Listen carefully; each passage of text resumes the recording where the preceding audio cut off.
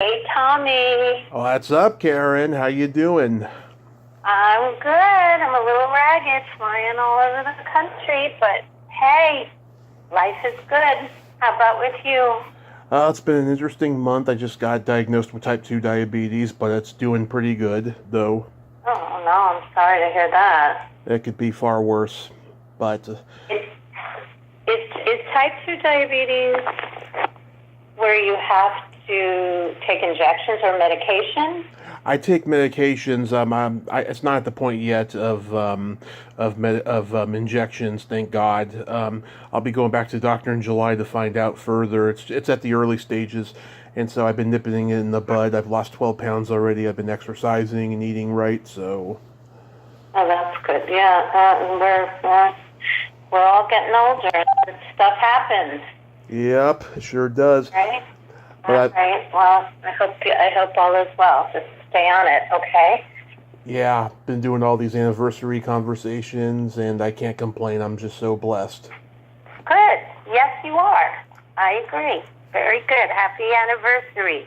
Thank you. So, yeah, we did our first interview on December 7th, 2018, and I was so happy I found you on Facebook because you were always my favorite gadget, and you surprised me just how open and kind you are, and you have a great sense of humor. And then I had you back on January 14th, 2020, and we spent an interesting hour talking social commentary about how fucked up the world is. That sounds about right. I like it. Yep. Okay. Yes. Yes, indeed. Well, Yes. the world it's up and down, right? If we were to have a conversation now, a longer one, Yeah. certainly we could have a field day about what's going on now. But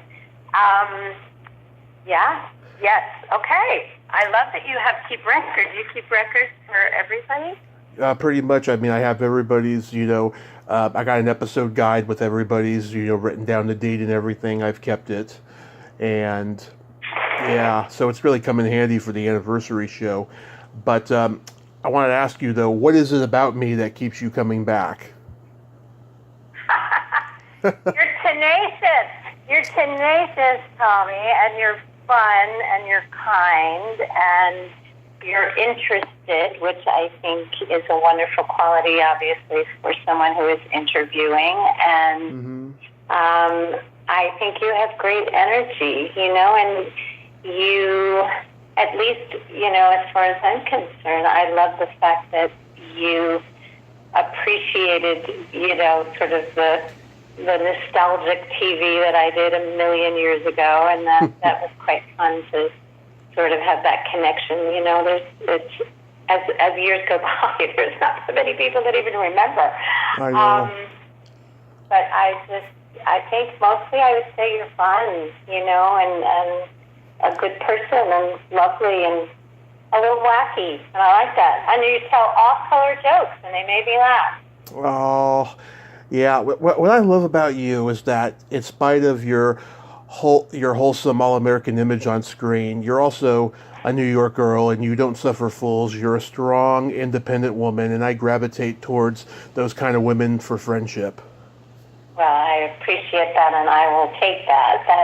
That means a lot to me. We all, actors especially, have a whole big facade happening, and they're known, for a certain persona that they give off, and so it's more in the interviewing process when we all get to be ourselves, that you really see who someone really is. I feel like in acting we tap into different parts of ourselves, certainly, to play different characters, but I appreciate that you see what's underneath all that wholesome, gidgety, girl next door stuff, because that means a lot to me as well, so thank you for that.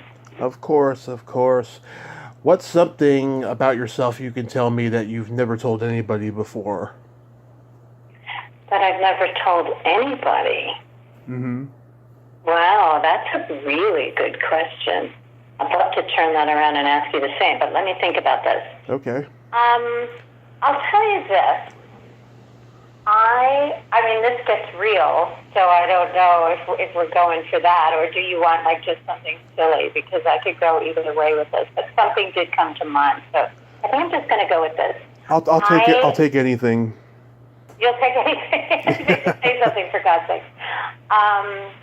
I am a brain aneurysm survivor. Right. I knew that.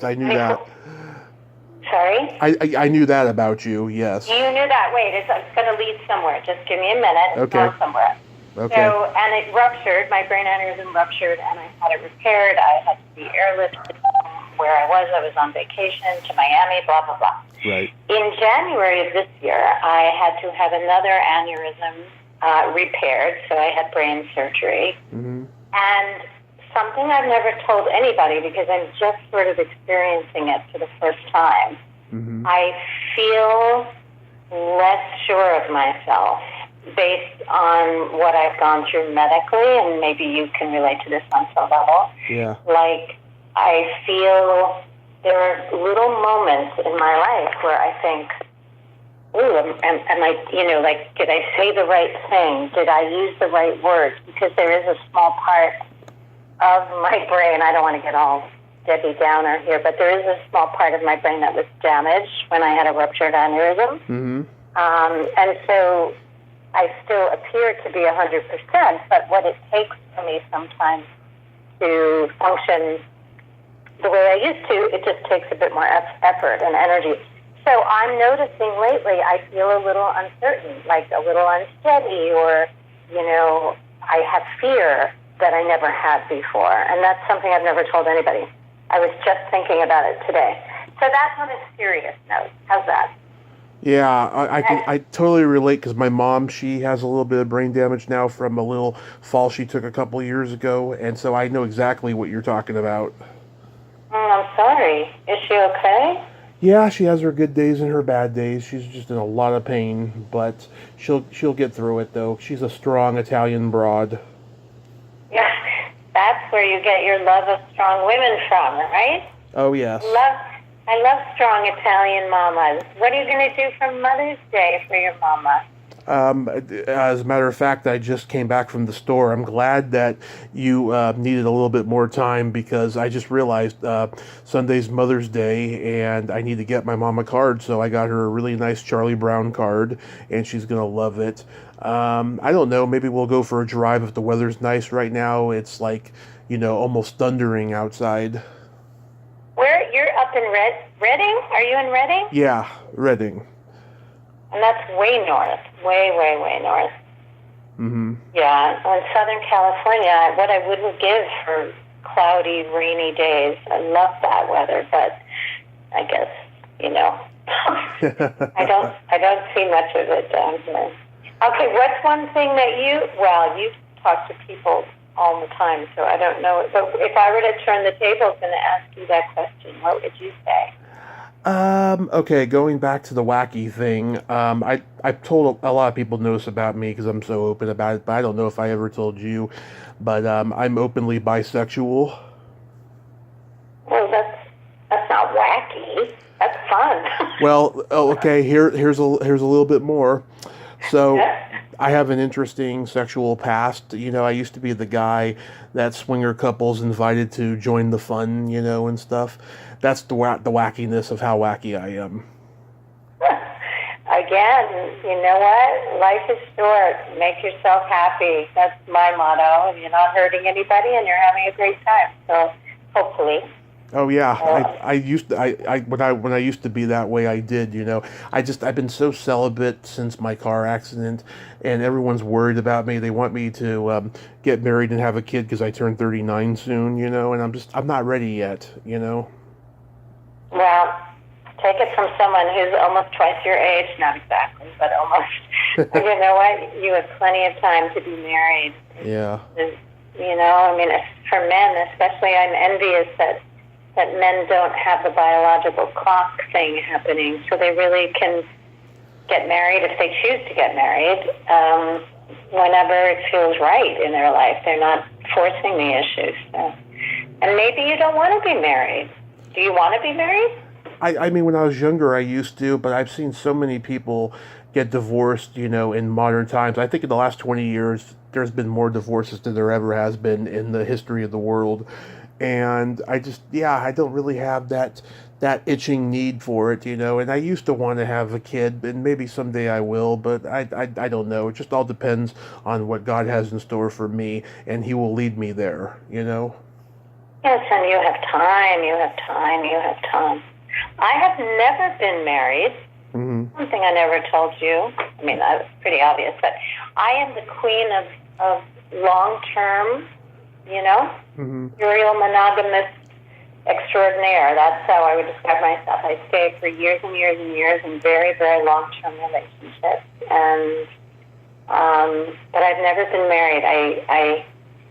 I find the concept a little challenging, but I think I'm sort of your typical child from a divorced home that saw marriage in not a pretty way. It was a tough situation for me, and my parents' divorce was really ugly. So yeah, I don't know that I grew up. I believe in love. I believe in connection, relationship, bonding, friendship. Lust, fantasy, everything good. I just am not, when it comes to sort of legalizing it, I'm a little challenged in that area. But I think if you're having children, absolutely. I don't have kids, so but had I chosen that route, I absolutely would have been married. So, do you ever regret that, not having kids? Oh, constantly. Yes, I wanted children. Unfortunately, though, I would never, based on my own childhood, bring children into the world unless I was absolutely certain that I would be married and in a relationship with the father of my children forever. Yeah. And since there is no guarantee of that, and I couldn't quite get that straight, there's not enough therapy on the planet to sort of undo my programming, unfortunately. Yeah.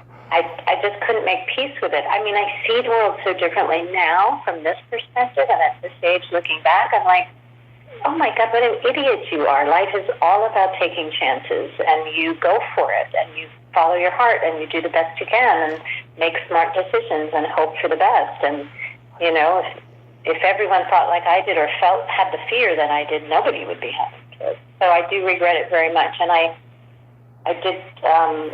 as I neared my 40s, I was again involved in a relationship. I've been engaged way too many times to admit, but we tried to have children. So I went through the whole, fertility route and miscarried several times, and waited too long. So yes, I have tremendous sadness about that. The good news, though, is I love kids, and I started a school solely based, I think, on the fact, when I look back, at the fact that I really find children, just one big bundle of joy. Many, not all. And I wanted kids in my life, and so aside from nieces and nephews and that sort of thing, I have a school that's an after-school program for elementary school kids in the South Bay in Los Angeles, and it's so lovely and so fun, and we just play all day long. And I'm blessed because I'm in a lot of different school districts down where I live, in Redondo, and from Manhattan Beach, Palos Verdes, Torrance, Hermosa Beach, all the beach cities, and we have a blast. So, blah, blah, blah. I just talked your ear off, Tommy. No, it's okay. What about... Go ahead.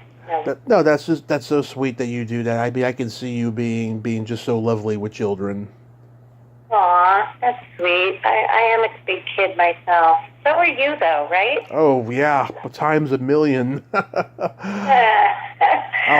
you think it keeps you feeling young? I mean, you are ridiculously young, but sometimes I feel like, what makes us age, there's some greeting cards or sort of, quotes about getting older, but staying young and playful and seeing the world, through that perspective with wonder and joy is really, truly what I think it keeps us young. So you're going to be young forever. right? I hope so. Yes, but I'm never going to change. I love what I've become over this course of this journey. I mean, like anyone, I have a lot of regrets of how foolish and dumb I was, 10 or 12 years ago. But I like what I've become now. Well, that's a beautiful thing to be able to say, isn't it? Yeah. How many people can say that? And again, from my perspective, you're saying this at a really young age. Like, Mm-hmm. like that's a perspective often for people that have just, that are way beyond your age. And I think that's wonderful that you feel that way. It only goes uphill from here, right? Right. Good for you. Thank Hey, you. I want to ask you, I was thinking about this because, Mm-hmm. it's your 5-year anniversary. Go right ahead.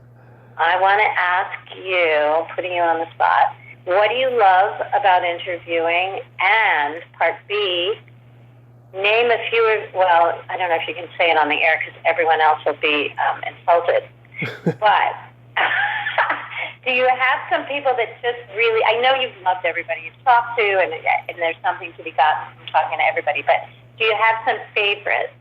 Present company excluded. I already know I'm one of your favorites. No, Yes. only kidding. But, like, those are my 2 questions for you. What do you love about the interviewing process? Okay, what I like about the interviewing process, I love living vicariously through people who, worked their asses off to get to where they are. And I love the adversity that happened along the way and how they came back from it. I love people's journey stories. I get to hear people's journeys. I just love it.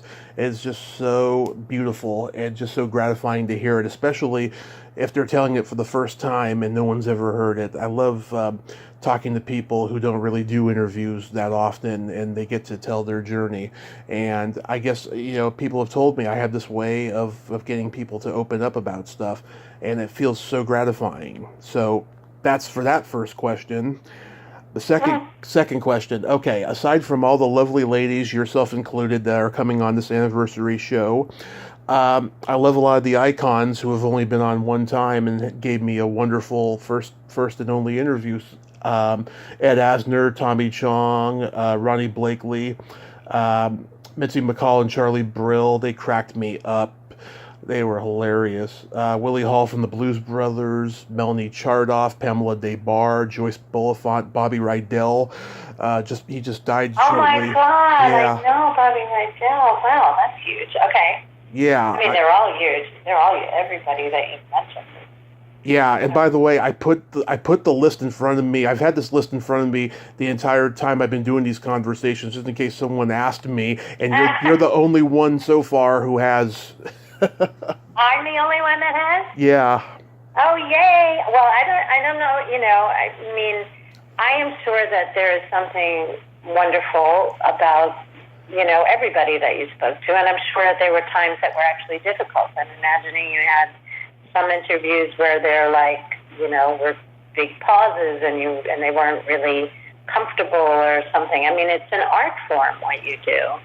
Yeah, well, I'm not gonna ask what were some of your least favorite interviews. No, we don't need to be negative. We don't need to be negative. How about I tell you who's on my bucket list? Who is on your bucket list? Let's see, Valerie Landsberg from Fame. I adore her. I have to look her up. I'm embarrassed to say I'm not sure who she is. Once you see movie Fame or the TV show Fame? The TV show Fame. Once you see her, you'll know her. She was probably the most talented actress on that show, and she had to leave early, unfortunately. Nancy Allen. I'm actually negotiating with her right now. Oh yes, I would want to interview her too. My gosh. Susan Cowsill from the Cowsills. I love her singing voice. I talked to her brother a couple of years ago. I'm a huge fan of the Bengals and the Go-Go's. I'd love to interview any of the girls from those bands. Yeah, just people like that, and I'm sure there's others I can't even think of right now, but that's like on the list that's in front of me that I can mention. I love that. Oh my gosh. Well, and I remember you mentioning that you were possibly going to stop at some point. Is that true? No. There's been a couple times in the last 5 years where I've said that. Um, yeah, and so in 2019, I was going to go to LA for the summer and live out there and just focus on, mingling, meeting people, try to get auditions, do things, and that didn't work out. The person I was going to stay with ended up getting in trouble with the law and just being a complete idiot. And then I was like, okay, if this is what, God has handed me, I'm going to keep doing it. And then the pandemic happened and everyone who was not available in the previous years were finally available. And then next thing you know, there was no stopping me. And so I just been just so busy and I'm just going to keep doing it for as long as I can. That's great. Well, see, you're an example of positive outcome from the pandemic. I know there's been so much focus on all the negative sides to it, and Lord knows there were many, but it always makes me happy to hear some of the positive things that came out of it, and that's one of them. So yay. Congratulations for that. That's cool. Thank you. Great. I see on IMDb, I don't know if you can talk about it, but you did a project with Ray Romano called Somewhere in Queens. Yes, and it's coming out at the Tribeca Film Festival. I'm going to New York, actually, for the premiere on June 7th, I believe is that Friday night. I'll check it in a minute. That's the day after my birthday. Oh my gosh, happy birthday. Thank you. What is that Friday? I'm just looking right now. No, it's actually Friday the 10th is the premiere of the movie at the Tribeca Film Festival. I'm actually excited because I'll tell you about it in a second, the movie. But I'm going to New York for two things, one of which might be fun for you to hear about, which is that it is the 50-year anniversary of the Broadway show Grease. Uh-huh. And I had done Grease, a national tour, Broadway, been involved in it. I was one of the later... Oh, that's companies. right. That's right. I forgot about that. But I'm excited because your buddy Lisa Raggio, who is one of my dearest friends, Yes. Also was in Greece, and a lot of people in my life that are friends now were also involved in the early days with Greece. So having a big 50-year reunion party at Sardi's on June 5th to celebrate, and then the week after that is the premiere of Ray's movie. And if you blink, you won't see me, but it was such a joy. And it's with Laurie Metcalf and Ray Romano starring. Ray wrote it and directed it, and he's brilliant. And I predict it's going to be huge. It's just a slice of life, beautiful story about this Italian family and Ray's relationship with his son, and it's loosely based on his own son. Well, that's not really true. Just that he's very tall. Yeah. Because Ray's son, one of his sons, is insanely tall. So he's like 6'4" or something. It's the sweetest, heartwarming, wonderful story. Ray's brilliant in it. And I actually haven't seen the whole movie. I only saw a very, very rough cut of it. Ray showed it to us in its very early stages, but it's a beautiful movie. I can't wait for it to come out and for people to see how incredibly, insanely talented that man is. Yeah. I mean, people already know, but the more work he does, and the more he sort of has gotten away from the sitcoms, which he does brilliantly, but to see him do, such grounded, simple, human, emotional. Well, he's not all that emotional, which makes us feel the emotion more as the audience. He's incredible. So yeah, that's my long-winded response to that. Very exciting. Very, very exciting. Yeah, I see that Tony LoBianco is in it too. I reached out to him last year and I never heard back. Maybe I'll try again. But you know who I'm going to reach out to soon? Who? Is Dean Butler. Oh, I'll vouch for you. Dean is so fabulous, and oh man, he has such great stories, and he's a wonderful, wonderful speaker and guest and communicator. So if you need help, let me know. But okay, I bet he would be happy to do it. He's incredible. I love him. He's wonderful. Yeah, I saw that Yeah. he's scheduled for the next Hollywood show, and I've been getting a lot of Hollywood show guests on here to promote their appearance and stuff. So, yeah, definitely, I'll let you know. Yeah, he's not doing Gidget so much. He's doing Little House probably with the Hollywood show. Yeah. Right? Yeah. Because we usually do the Hollywood shows together if we're doing Gidget. Although I have to be honest, Gidget, we have some diehard fans, but it's not a big sell. But Little House is, that will go on forever. Beautiful show. But yeah, he's wonderful. You'll love him. Yeah, I did talk to Dean Torrance a few years ago. He didn't remember guest starring on the new Gidget, but he said though he can confirm he did as a favor to the producer, who was a friend of his. I'm sorry, what's his name? Forgive me, I didn't hear it. Dean Torrance of Jan and Dean. Oh my gosh, yes, absolutely. We did a whole show based on Jan and Dean. Yeah. Both of them were on, and it was I remember it vividly because we shot a whole sequence where they were playing at a party and we were all dancing, and it was, some of the standouts from working on the Gidget show are people like Jan and Dean and Wolfman Jack and Big Daddy Ross. Oh yeah. Maybe it wasn't Wolfman Jack. Maybe I'm dreaming. Maybe that was some other show that I did. No, I don't think Wolfman Jack did Gidget. Take it back. But Alan Hale. Yeah. And we did a whole episode of Gidget Island. Oh yeah, I remember that one. And it was, you're working with legends of, to work with both of them, to work with Bob Denver and Alan Hale was really quite a treat. Yeah, when you asked those guys to come on and play those characters again, years later, they were happy to do it. I talked to Alan Hale's granddaughter, and she said, yeah, he always loved playing the skipper whenever you asked him to. Yeah, how could you not? It was just such a fun role for both of them. That's just classic stuff, right? That's fun. Yeah. Yeah. Do you have any more projects you want to mention?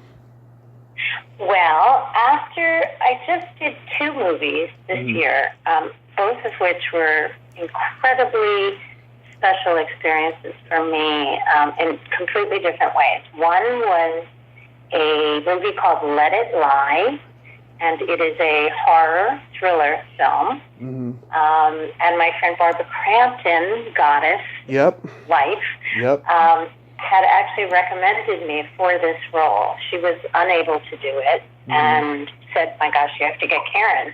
And they literally said, yeah, whatever. And they auditioned people, and Barbara kept saying, she told me the story, so it makes me laugh. She said, okay, you can audition people, but no one's going to be better for us than Caryn. And Barbara could talk anybody into anything.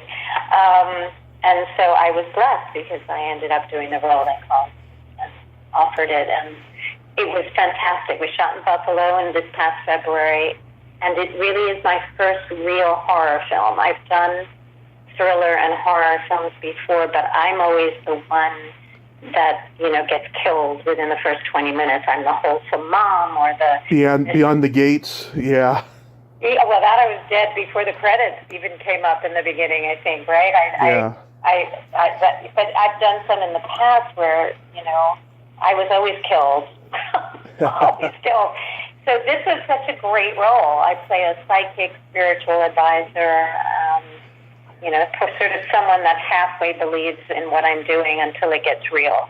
And it's a great movie directed by Brandon Christensen, who is amazing.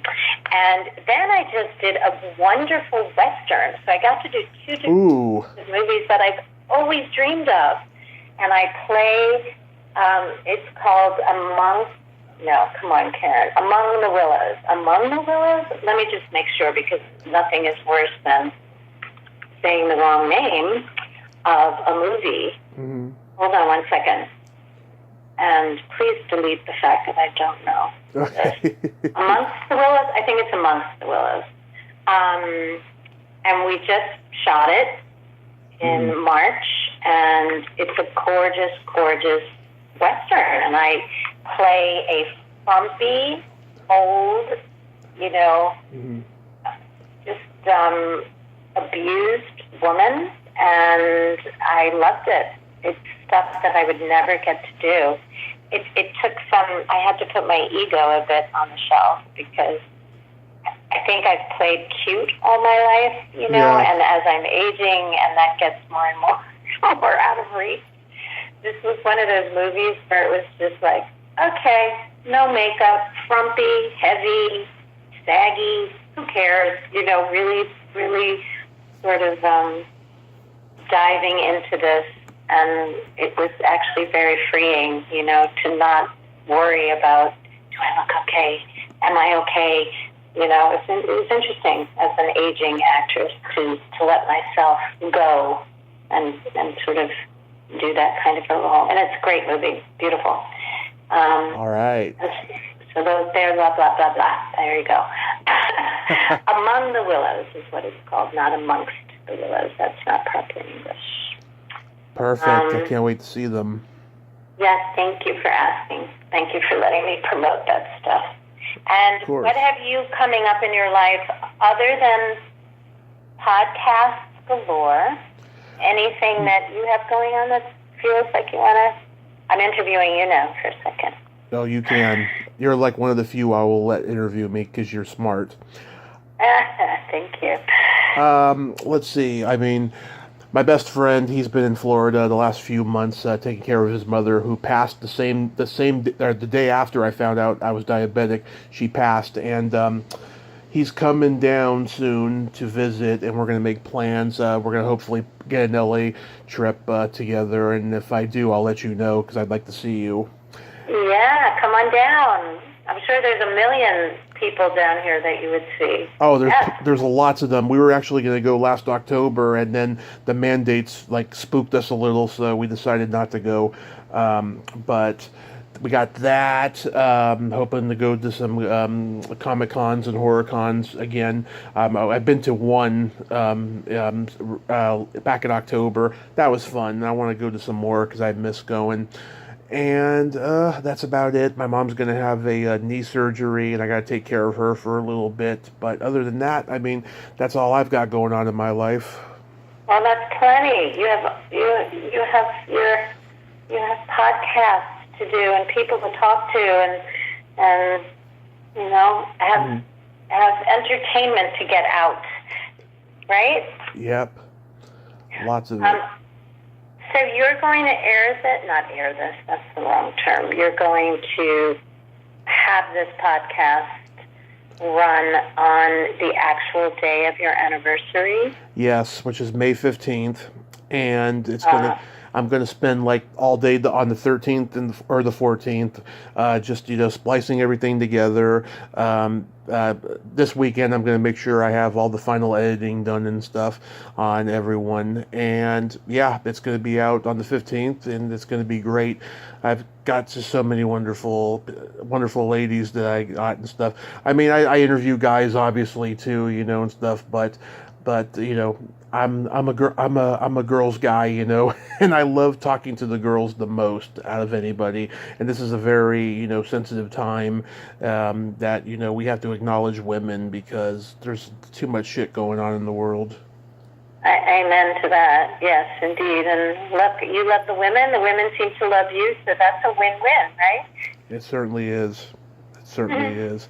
So I got a couple jokes for you. I was just going to say, where's my jokes? Come on, bring it. Okay. What do you call a lady that doesn't squirt? Oh, my God. Oh, my God. That took me by surprise. I'm not going to lie. You've told some dirty jokes before. Okay, what do you call a lady that doesn't squirt? Oh, geez. I've got a regular jokes. I'm sure as hell not going to get this one. I can't even be clever. I'm just giving up. So you can say the punchline. Go! An underachiever. Oh, God.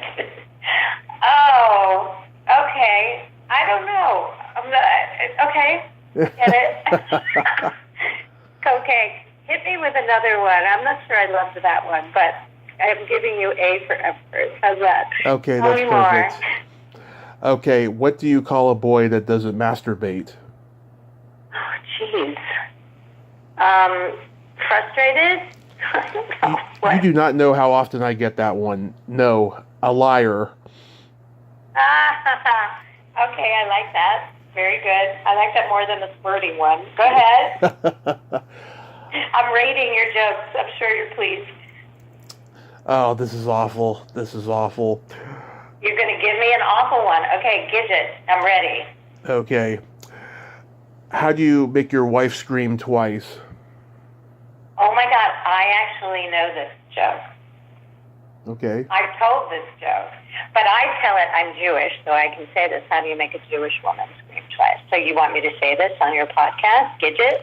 Go ahead. I say this? Go ahead. Fuck her up the ass and wipe it on the drain. Yes! That was it. Oh my God. Don't ever tell anybody, even though this is a podcast, people are listening, I take it back. I'm wholesome as I appear. No, you know what's weird? What? That joke, for some reason, is one of the only jokes I actually can remember, and I don't have any idea why. So, it is a really disgusting joke, but it's funny. Do you know who told me that joke? Who? A female comedian. Yeah, it's much better coming from a female, I think. Yes. And I also like the Jewish part of it, because Jewish women in general, if you're going to stereotype them, like if you were doing a sitcom character of an older Jewish woman who's very sort of meticulous, and I don't know, the image to me is funny. Maybe that's whatever. I love Jewish. Very good. I love Jewish women. You love Jewish women? Yeah. What is it about Jewish women that you love? You can't offend them. They have a great sense of humor. Well, that's funny. I guess, I don't know, is that true? I mean, this is all generalization, but yeah, I think Jewish women stereotypically are very kind of strong and ballsy and, a little dominant and those kind of characteristics if we're really going with stereotypes. But that's funny. That's great. All right. I like all of them. The squirting joke, please, wait. Mm-hmm. An underachiever. No, an overachiever. Is that what you said? No, an underachiever. It means that, they have to achieve orgasm. See, but I think this joke, honestly, we're analyzing the sports joke. I feel like the punchline, if it was that she was an overachiever, that to me makes me kind of chuckle. An underachiever, because the overachiever would mean that she's given a little extra, something extra. Yeah. I don't know. I'll have to think about that one. I'll text you weeks from now saying, oh, now I think it's funny. I get it. Oh my gosh. Anyway, okay. Tommy, happy anniversary to you. Job well done, my friend. Caryn, I just adore you. Thank you for being a supportive friend and guest to me in the show. And yes, I will let you know when I'm going to go out there and stuff. And I'm so glad that you're all right after what you told me about what happened in January. Just please take good care of yourself and please stay safe. I will. Please, God, you too. And take care of that diabetes so that we're not, we don't have to worry about you. Just I will. Stop it in its tracks, okay? And I will. Keep on trucking, baby. Keep on trucking. See you. Okay. Bravo. All right. I'll speak to you soon, Tommy. Congratulations. Thank you, hon. All right. All right. Bye-bye. Take care. Bye-bye. Take care.